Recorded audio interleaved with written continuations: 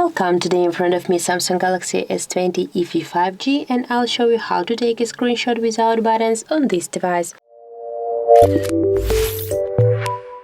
So first you should go to the settings application and scroll down to the advanced features.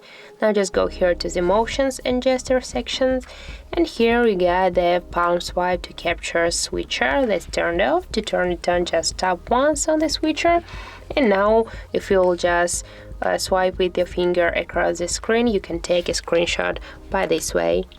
And as can you see, we got here our screen. You can see that you can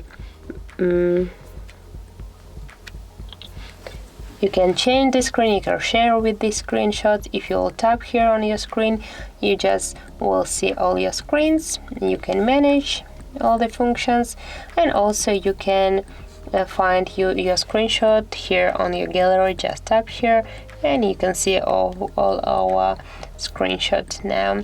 So that's it. If you found this video helpful, leave like, comment and subscribe our channel.